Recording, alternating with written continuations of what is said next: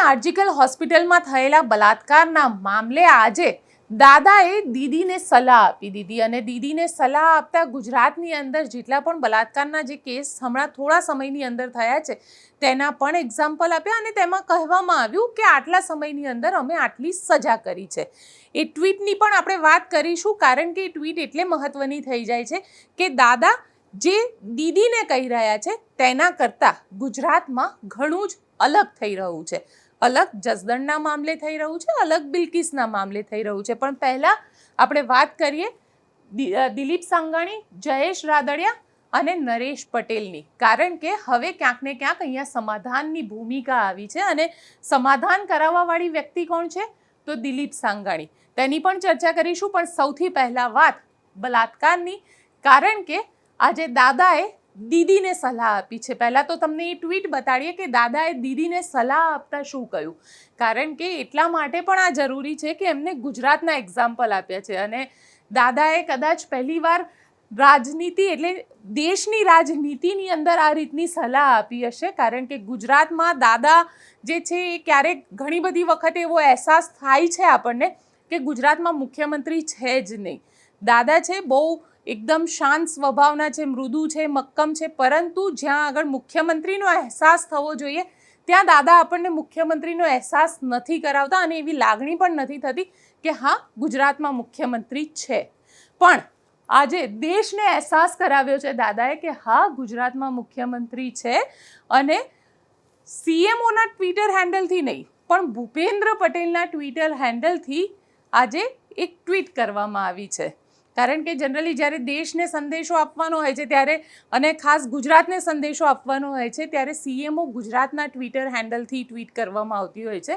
આજે ભૂપેન્દ્ર પટેલના ટ્વિટર હેન્ડલથી આ ટ્વીટ કરવામાં આવી છે. તમે અહીંયા જોઈ શકો છો ભૂપેન્દ્ર પટેલ બીજેપીનું જે ટ્વિટર હેન્ડલ છે ત્યાંથી આ ટ્વીટ કરવામાં આવી છે અને મમતા દીદીને સલાહ આપવામાં આવી છે, કારણ કે બંગાળ માટે એવું જ કહેવાય છે કે દીદી દાદા છે. ત્યાં આગળ જે રીતની દાદાગીરી દીદીની છે એ ભારતીય જનતા પાર્ટીના નેતાઓ જબરજસ્ત રીતે કહેતા હોય છે. ચૂંટણી સમયે દીદી દાદાગીરી કરે છે, આવા પણ ઘણા બધા સ્લોગન ત્યાં આગળ આપણને સાંભળવા મળતા હોય છે. પણ આજે દાદાએ દીદીને સલાહ આપી છે અને દાદાએ મમતા દીદીને લખ્યું છે કે Mamata Didi, we need action, not just word. આપણે એક્શન જોઈએ છે, શબ્દો નથી જોઈતા. તેમને અહીંયા આગળ પોસ્કો એક્ટ હેઠળ જે વિમેન્સ સેફટી માટેના લો બનાવવામાં આવ્યા છે તેની વાત કરી છે. ઇન્વેસ્ટિગેશન એન્ડ ટુ કન્વિક્શનની વાત કરી છે, એટલે કે શરૂઆતી ઇન્વેસ્ટિગેશનથી લઈ અને કન્વિક્શન એટલે કે આરોપીને સજા થવા સુધીની વાત અહીંયા આગળ કરવામાં આવી છે. Timely justice is crucial. સાંભળજો તમે, ટાઈમલી કન્વિક્શન ઇઝ ક્રુશિયલ. સમય પ્રમાણે જે કન્વિક્શન થાય એટલે કે સજા સંભળાવવામાં આવે તે ખૂબ મહત્ત્વનું હોય છે. આવું અમે પણ કહીએ છીએ. દાદા તમે આ સલાહ આપી છે પણ આપણા ગુજરાતના તમે જે એક્ઝામ્પલ આપ્યા છે એ એક્ઝામ્પલ પણ હું બતાડું અને કેમ કહી રહી છું એ પણ તમને બતાડું, કારણ કે એક તરફ જસદણનો કેસ છે જ્યાં ભારતીય જનતા પાર્ટીના જે નેતા છે તે આરોપી છે. તે કેસની અંદર શું થયું, સાથે સાથે બિલ્કિસ બાનુનો કેસ આપણી સામે છે, 2002નો કેસ જે આપણી સામે છે અને એમાં શું થયું એની પણ આપણે ચર્ચા કરીશું. પણ અહીંયા તમે જોઈ લો, એમને સુરતના પાંડેસરાના પોસ્કો કેસની વાત કરી છે અને કીધું છે કે 10 દિવસની અંદર અમે ચાર્જશીટ ફાઇલ કરી દીધી અને 22 દિવસની અંદર જે આરોપી હતો તેને સજા સંભળાવી દીધી. પૂના પોલીસ સ્ટેશન એટલે સુરતની અગેન વાત કરવામાં આવી છે. Rapist sentence to the death in just 32 days એની પણ વાત કરી છે. સાથે એવું કીધું છે કે નોટ જસ્ટ રેપ કેસ એટલે કે ગ્રીષ્માનો મામલો જે સામે આવ્યો હતો, જેની અંદર ગ્રીષ્માના કેસની અંદર તેની હત્યા કરવામાં આવી હતી. 22-year-old daughter. Gujarat police ફાઇલ્ડ a chargesheet in 9 days and justice was સર્વડ within 75 days અને with murder sentence two death એટલે આરોપીને 75 દિવસની અંદર સજા સંભળાવી દેવામાં આવી હતી અને આ સજા જે છે તે એના મર્ડર માટે થઈ અને ડેથ સુધીની એટલે કે મૃત્યુ સુધીની સજા સંભળાવવામાં આવી હતી. ભાવનગરના પોસ્કો કેસની વાત કરી હતી. આની ખૂબ આના વખાણ પણ એટલા કરવામાં આવ્યા હતા ભાવનગરના પોસ્કો કેસના, કારણ કે એક બાળકી ઉપર બલાત્કાર થયો હતો અને માત્ર 24 કલાકની અંદર ચાર્જશીટ ફાઇલ કરી દેવામાં આવી હતી અને 52 દિવસની અંદર એની આખો કેસ ચાલી ગયો. અને સજા સંભળાવી દેવામાં આવી હતી. એટલે જેને કહી શકાય કે અત્યાર સુધીનું સૌથી ફાસ્ટ કન્વિક્શન જેને કહી શકાય રેપના મામલામાં એ આ કેસ હતો કે દેશનું પહેલો એવો કેસ જેમાં બલાત્કારના કેસમાં 24 કલાકની અંદર ગુજરાત પોલીસે ચાર્જશીટ કરી દીધી હતી. ખૂબ લોકોએ વખાણ કર્યા હતા, આખા દેશે વાહવાહી કરી હતી કે વાહ ગુજરાત પોલીસ, તમે 22 જે એક જ દિવસ એટલે 24 કલાકની અંદર તમે જે ચાર્જશીટ કરી છે તેના માટે ખૂબ વાહવાહી કરવામાં આવી હતી. એવી જ રીતે અહીંયા આગળ બીજા એક કેસની વાત કરવામાં આવી છે. કલ્પ્રિટને 5 વર્ષની સજા કરવામાં આવી હતી અને સૌથી છેલ્લે દાદાએ લખ્યું છે કે women's safety is fundamental human rights not a political issue. આજે આપણે આના ઉપર જ વાત કરીશું કે મહિલાઓની સુરક્ષા જે છે એ ફંડામેન્ટલ રાઇટ્સ છે, એટલે દરેક વ્યક્તિનો હ્યુમન રાઇટ્સ છે, એ સ્ત્રીનો પોતાનો અધિકાર છે, એ કોઈ પોલિટિકલ મુદ્દો નથી. પણ અહીંયા દાદાએ જે લખ્યું છે એ ચોક્કસ પોલિટિકલ મુદ્દો છે, કારણ કે દાદાએ મમતા દીદીને એડ્રેસ કરીને લખ્યું છે. મમતા દીદીને લખે મને કોઈ તકલીફ નથી, અને દાદાએ જે કેસની વાત કરી છે જે એકચ્યુઅલ છે એના માટે હું દાદાના વખાણ પણ કરું છું. પરંતુ હાલના તારીખમાં થયેલો જસદણનો બલાત્કારનો કેસ, જસદણની આટકોટ કન્યા છાત્રાલયમાં થયેલું દુષ્કર્મ, ત્યાંની પીડિતાએ કરેલી FIR, 110 દિવસ બાદ ગઈકાલે જે મુખ્ય આરોપી એટલે કે બીજા નંબરનો જે આરોપી છે પરેશ રાદડિયા, જે ભારતીય જનતા પાર્ટી સાથે જોડાયેલો છે, તેના જેટલા પણ ફેસબુક ઉપર ફોટા જોઈએ તેના ગળામાં ભારતીય જનતા પાર્ટીનો ખેસ તમને જોવા મળે. આ પરેશ રાદડિયા 110 દિવસ પછી પોલીસમાં સરેન્ડર કરે છે. તમે અહીંયા જ સાંભળો, કારણ કે 110 દિવસ માફ કરજો 1 મહિનો ને 10 દિવસ પછી સરેન્ડર કરે છે, એટલે લગભગ 40 દિવસનો સમય છે. આ 40 દિવસના સમયની અંદર તે જ્યારે સરેન્ડર કરી રહ્યો છે અને ત્યારબાદ એડવોકેટ આનંદ યાજ્ઞિક આટકોટ પોલીસ સ્ટેશનમાં પહોંચે છે, જે દુષ્કર્મ પીડિતાના વકીલ છે, અને એ ત્યાં પહોંચે છે તો એકદમ ગુસ્સે થઈ જાય છે.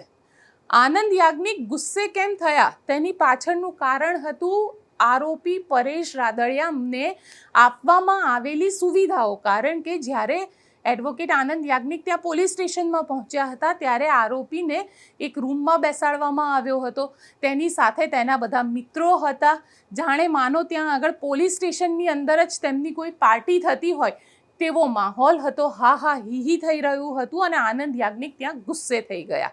આનંદ યાજ્ઞિકે ગુસ્સે થતાં શું કહ્યું, કારણ કે એ આરોપી પણ જસદણ કેસના દુષ્કર્મનો આરોપી હતો. દાદા દુષ્કર્મની વાત કરો છો તમે, માટે તમને યાદ કરાવી રહી છું કે એ આરોપી પણ દુષ્કર્મનો આરોપી છે. તેના આગોતરા જામીન જે છે તે કોર્ટે રદ કરી દીધા છે, અને રદ કર્યા બાદ તે પોલીસ સ્ટેશનમાં હાજર થાય છે. તમારી પોલીસ તેને નથી પકડતી. કેમ નથી પકડતી? કારણ કે અહીંયા તો તમે કહી રહ્યા છો કે ભાઈ ટાઈમલી જસ્ટિસ ઇઝ ક્રુશિયલ. 1 મહિનો ને 10 દિવસ પછી જ્યારે આરોપી પકડાય છે, આરોપી પકડાતો પણ નથી, સરેન્ડર કરે છે, અને તમારી પોલીસ એને પકડી પણ નથી શકતી. એ પણ એક સૌથી મોટો સવાલ છે. અને એડવોકેટ આનંદ યાજ્ઞિક જ્યારે ત્યાં પહોંચ્યા ત્યારે જે ગુસ્સે થયા હતા, તમે એમનો ઇન્ટરવ્યૂ સાંભળશો તો અહેસાસ થશે કે ખરેખર આ બલાત્કારના આરોપી શું કરી રહ્યા છે પોલીસ સ્ટેશનમાં. અને સૌથી મોટો સવાલ, તમારી પોલીસ ત્યાં શું કરી રહી છે એ પણ તમે સાંભળો. આટકોટ પોલીસ સ્ટેશનને આરોપીઓને પકડતા આવડતું નથી. પહેલાં આરોપી નંબર 1 સરેન્ડર થયો, અને આજે પરેશ રાદડિયા પણ પોલીસ સ્ટેશન ખાલી છે. અંદર આટકોટ પોલીસ સ્ટેશનમાં જઈને તપાસ કરી તો કહે કે પરેશ રાદડિયાએ સરેન્ડર કર્યું છે. જમાદાર એની તપાસ કરે છે. તપાસ અધિકારી તો PI રાઠોડ છે, એક લેડી PI છે, ક્યાં છે? PSI સિસોદિયા ક્યાં છે? હેડ કોન્સ્ટેબલ ક્યાં છે? અને એણે સરેન્ડર કર્યું તો તમારે એને લોકઅપમાં મૂકવો પડે. લોકઅપમાં તો છે નહીં. આ આટકોટ પોલીસ સ્ટેશનની અંદર જઈને આવ્યો, લોકઅપ પુરુષોનું ખાલી છે. કહે છે કે અંદર બેઠો છે. અંદર જોયું તો એની સગાવાલા અને એની સાથે એના સરપંચો અને બધા બેઠા છે. આ તપાસની બાબત છે કે પછી પકડાયેલા આરોપીને નહીં, પણ જેણે સરેન્ડર કર્યું છે તેને પ્રોટેક્ટ કરવાની વાત છે. આ આટકોટ પોલીસ સ્ટેશન આરોપીઓને, એમાં પણ ગેંગ રેપના આરોપીઓને પકડતી નથી. અને આરોપીઓ એક પછી એક સરેન્ડર થાય છે અને સરેન્ડર થયા પછી લોકઅપમાં પૂરવાની જગ્યાએ આરોપીઓને સ્પેશિયલ ટ્રીટમેન્ટ આપવામાં આવે છે કે છે કે એની પૂછપરછ થાય છે. પૂછપરછ શું કરવાની એની? પૂછપરછ તો આઈઓ કરે, પૂછપરછ કોઈ નીચેનો સામાન્ય કોન્સ્ટેબલ કે હેડ કોન્સ્ટેબલ ના કરે. પણ આ તપાસની કક્ષા અને આ આરોપીઓ સાથે પોલીસની મિલીભગત, એટલે જ કહું છું કે આ તપાસ ટ્રાન્સફર કરવી જોઈએ અને તત્કાલ ધોરણે આટકોટ પોલીસ સ્ટેશનના દરેક પોલીસ કર્મચારીઓની સામે પગલાં લેવા જોઈએ. આ જે છે મિલીભગત, 1 મહિના સુધી રાહ જોઈએ, એન્ટિસિપેટરી બેલ રિજેક્ટ થઈ અને કહે છે કે પરેશ રાડડીની સામે કોઈ પુરાવા નથી. દીકરીની FIR સ્પષ્ટ છે, 164નું સ્ટેટમેન્ટ સ્પષ્ટ છે અને અત્યારે સેશન્સ કોર્ટે જ્યારે એના એન્ટિસિપેટરી બેલ રિજેક્ટ કર્યા એની અંદર સ્પષ્ટ એની સામે લખ્યું છે કે એની સામે પ્રથમ દ્રષ્ટિએ કેસ બને છે અને એના પછી પરેશને પકડવાની જગ્યાએ પરેશ સરેન્ડર થાય છે. એની સાથે એના 4 માણસો છે અંદર. શું કરે છે? તમને અને મને, હું પીડિતા ગેંગરેપની વિક્ટીમનો એડવોકેટ આનંદ યાજ્ઞિક, મને નથી જવા દેતા અંદર, પણ એ રૂમની અંદર બીજા સામાન્ય માણસો ઊભા છે આરોપીની સાથે અને આરોપીનું રક્ષણ કરી રહ્યા છે. આ તપાસ ચાલે છે આટકોટ પોલીસ સ્ટેશનની અંદર કે આ મિલીભગતનો મોટો નમૂનો છે. શરમ આવી જોઈએ રાજકોટ રૂરલના એસપીને, DYSPને, PI રાઠોડને અને આ આટકોટ પોલીસ સ્ટેશનને. આ શું કરી રહ્યા છો તમે? પરેશ રાડડીએ સરેન્ડર કર્યું, એના પછી શું એને ફૂલ દસ્તો આપવાનો? એને પથારીમાં બેસાડવાનો? એની આસપાસ એના પોતાના સગાવાલાઓ બેસે, કોઈ એની પાસે આવી ના શકે અને કોઈ પૂછે તો જવાબ નહીં આપવાનું અને બધા ભાગી ગયા? હું આનંદ યાજ્ઞિક કહું છું, પીડિતાનો એડવોકેટ, કે આ પોલીસની અંદર અમને વિશ્વાસ નથી, કારણ કે તમે એક પણ આરોપીઓને પકડ્યો નથી. તમે DK પટેલ ઇન્સ્ટિટ્યૂટના મેનેજિંગ ટ્રસ્ટી અર્જનભાઈ રામાણીને તમે તહમતદાર નથી બનાવ્યો. એને ખબર હતી કે આ ટ્રસ્ટી પરેશ રાડડિયા કન્યા છાત્રાલયમાં આવીને રેપ કરે છે. એને ખબર હતી કે આરોપી નંબર 1 એ પણ રેપ કરે છે અને એની સંમતિથી આ થતું હતું અને તો પણ એને બનાવ્યો નથી. કેમ? મને તો એવી ખબર પડી, હું 2 દિવસથી છું અહીંયા, કે જસદણની અંદર અને આટકોટની અંદર બધા એ વાત કરે છે કે તમે આટકોટ પોલીસ સ્ટેશનની અંદર ગુના કરતાં પહેલાં પૈસા આપો એટલે પછી PSI સિસોદિયા અને બીજા પોલીસો તમારી સામે ગુનો નોંધતા નથી. જો આ જ આટકોટ પોલીસ સ્ટેશન હોય તો શરમ આવી જોઈએ આટકોટની પોલીસને. એટલે કહું છું, ઇન્વેસ્ટિગેશન ટ્રાન્સફર કરો પીડિતાના એડવોકેટ તરીકે. જય હિન્દ. જસદણની અંદર આરોપી મધુ ટાઢાણી, જેને પહેલાં જ પકડી લેવામાં આવ્યો તો, જે અત્યારે જ્યુડિશિયલ કસ્ટડીમાં છે, જ્યારે બીજો આરોપી જે છે પરેશ રાદડિયા, તેને હાલમાં પકડવામાં આવ્યો. પણ અર્જન રામાણી જે ટ્રસ્ટી છે અને ટ્રસ્ટીની ભૂમિકા ઉપર જ સવાલ ઊભા થાય છે. પરિવાર સવાલ ઊભા કરે છે. જે અરજી આપવામાં આવી છે દીકરી દ્વારા, એ અરજી પણ સવાલ ઊભા કરી રહી છે, પણ તમારી FIRમાં અને તમારી પોલીસને એમાં કોઈ જ સવાલ દેખાતા નથી. ટાઈમલી જસ્ટિસ કઈ રીતે તમે આપશો? અને તમે સાથે લખી રહ્યા છો women safety is a fundamental human rights, not a political issue. તો અહીંયા કેમ પોલિટિકલ ઇશ્યુ થઈ રહ્યો છે? આ સવાલ અમે પૂછી રહ્યા છીએ, હર્ષભાઈને પણ પૂછી રહ્યા છે અને ભૂપેન્દ્ર દાદાને પણ પૂછી રહ્યા છે કે દાદા, એ તમારા જ ગુજરાતની દીકરી છે અને એ તમારા જ પાટીદાર સમાજની દીકરી છે. ત્યાં આગળ કેમ ન્યાયની આશા નથી હોતી? ત્યાં કેમ ભારતીય જનતા પાર્ટીનો આરોપી હોવાના કારણે એ મુદ્દો જે છે એને મહત્વ આપવામાં આવે છે? અહીંયા હવે બીજી વાત કરીએ બિલ્કિસ બાનુ કેસની. બિલ્કિસ બાનુ કેસ 2002માં થયો અને 2002માં બિલ્કિસના આરોપીઓને ત્યારબાદ સજા પણ થઈ, જેલની અંદર સજા કાપી રહ્યા હતા અને અચાનક જ એક દિવસ આ બધા જ આરોપીને છોડી દેવામાં આવે છે. અને એમને છોડવામાં કેમ આવે છે? તો કહેવામાં આવે છે કે તેમની સારી ચાલ ચલનના કારણે તેમને જેલમાંથી છોડી દેવામાં આવે છે. રાજ્ય સરકારે તેને અપ્રૂવ કર્યું છે, હોમ ડિપાર્ટમેન્ટ તેને અપ્રૂવ કરી રહ્યું છે કે તેઓ સારી ચાલ ચલનવાળા છે, એટલે તેમને સજા જે છે તેને માફ કરીને છોડી દેવામાં આવી રહ્યા છે. સુપ્રીમ કોર્ટ આ કેસની અંદર વચ્ચે આવી અને હવે બધા જ આરોપીઓને જેલના સળિયાની પાછળ ધકેલવામાં આવ્યા. અહીંયા સવાલ એ ઊભો થઈ રહ્યો છે કે આરોપી જ્યારે બહાર આવ્યા તો તેમનું તિલક લગાવવામાં આવ્યું, મોં મીઠું કરવામાં આવ્યું, હાર પહેરાવવામાં આવ્યું, જાણે કોઈ વોર ઉપર જઈ અને પાછા આવ્યા હોય અને એક મહાન જીત હાસિલ કરી હોય તેવી રીતનો આખો માહોલ ઘડી દેવામાં આવ્યો. અને કરવામાં પણ એવું જ આવ્યું. કેમ હર્ષભાઈ? કદાચ એ વખતે 2002ની વાત છે, એ વખતે જ્યારે ગુનો થયો ત્યારે તમે રાજનીતિમાં નહોતા, એટલે તમને એ કેસને એટલી સિરિયસનેસ કદાચ એ વખતે નહીં હોય. પણ આ કેસ જે છે, આ કેસની સિરિયસનેસને સમજો, કારણ કે 2002ના તોફાનોમાં એક મહિલા ઉપર બલાત્કાર થયાની વાત છે, એ ગર્ભવતી હતી, તેના બાળકને મારવાની વાત છે અને તેના પરિવારના લોકોની હત્યા કરવાની વાત હતી. તો બિલ્કિસના કેસમાં કેમ તમે આ વસ્તુને ઇમ્પ્લિમેન્ટ ન કરી? સવાલ તમને પૂછશે, એક મહિલા તરીકે પણ પૂછીશ, એક પત્રકાર તરીકે પણ પૂછીશ, કારણ કે બધા જ મારા ગુજરાતની દીકરી છે, માટે આ સવાલ તમને પૂછીશ. આવા તો ઘણા કેસ હશે કે જ્યાં આગળ ભારતીય જનતા પાર્ટીના નેતા આવે એટલે સજા, અને જ્યાં આગળ હિન્દુત્વનું નામ આવે ત્યાં આગળ સજા નથી થતી.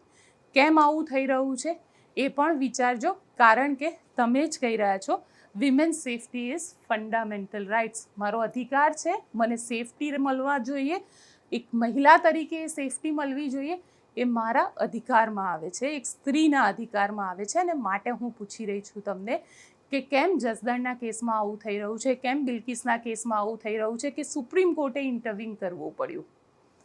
ખેર, આ ગુજરાત છે અને ગુજરાતમાં કંઈ પણ થઈ શકે છે, કારણ કે ગાંધીનું ગુજરાત હવે આ રહ્યું નથી. આ કોનું ગુજરાત છે એ તો જનતા ખૂબ સારી રીતે જાણે છે, માટે આવું થવાનું. આગળ વાત કરી લઈએ સૌરાષ્ટ્રની રાજનીતિની, કારણ કે સૌરાષ્ટ્રની રાજનીતિ અત્યારે આમ જોવા જઈએ તો 100 ડિગ્રી પર પહોંચેલી છે. પાટીદારની રાજનીતિ છે આ, અને પાટીદારની રાજનીતિ એટલા માટે કહી રહી છું કે એક વ્યક્તિ જે છે એ સામાજિક રીતે ખૂબ મહત્ત્વ રાખે છે, બીજી વ્યક્તિ જે છે એ રાજનીતિક રીતે મહત્ત્વ રાખે છે, અને ત્રીજી વ્યક્તિ જે છે એ સહકારિતાની રીતે મહત્ત્વ રાખે છે. એટલે આ ત્રણ જે છે કે આમ જોવા જઈએ તો સમાજનો પાયો કહેવાય, એક બેઝ કહી શકાય, રાજનીતિ, સામાજિકરણ અને સહકારિતા. આ ત્રણેયની અંદર હવે જે રાજનીતિ અને સામાજિક આ બંને નેતાઓ જે હતા, એક જયેશ રાદડિયા અને એક નરેશ પટેલ, આ બંને વચ્ચેના ઝઘડા, આ બંને વચ્ચેની વાતચીત, એકબીજા ઉપર આરોપ પ્રત્યારોપ કોઈનાથી સૌરાષ્ટ્રમાં છુપાયેલા નથી અને ઘણી બધી વખતે હેડલાઇન પણ બન્યા છે.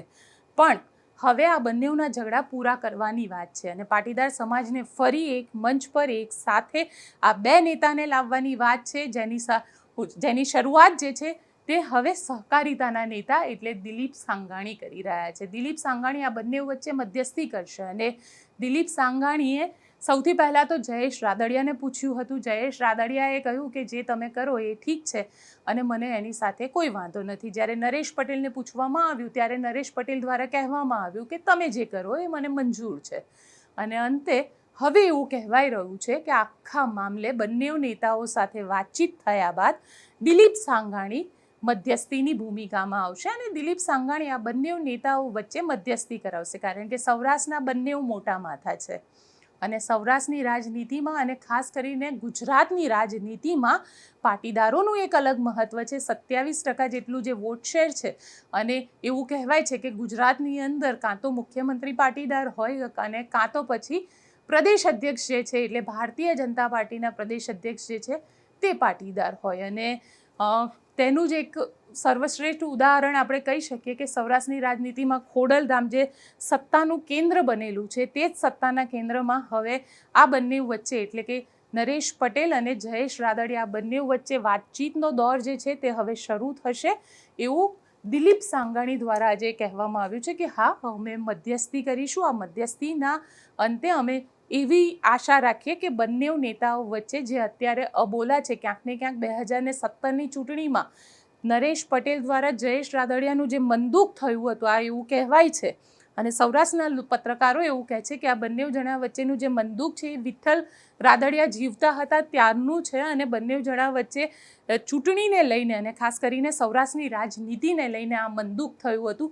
તે મંદુકને હવે દૂર કરવાનો પ્રયત્ન કરવામાં આવશે. ખેર, જસદણ પાટીદાર જે કન્યા છાત્રાલય છે તે પણ પાટીદારોની જ છે, એટલે આશા રાખીએ કે આ બંને નેતાઓ વચ્ચે કંઈક સમન્વય થાય તો જસદણની કન્યા છાત્રાલયમાં જે પાટીદાર સમાજના લોકો ભેગા થયા હતા, કારણ કે ત્યાં આગળ એક સામાજિક મુદ્દો પણ બનાવવામાં આવ્યો છે અને આ સામાજિક મુદ્દાનું પણ કંઈક સોલ્યુશન આવે અને દીકરીને ન્યાય મળે અને આ બંને જણા જો ભેગા થાય તો ક્યાંક પાટીદાર સમાજ માટે પણ કંઈક સારું થાય તેવી આશા જે છે તે સૌરાષ્ટ્રના લોકો જોઈ રહ્યા છે.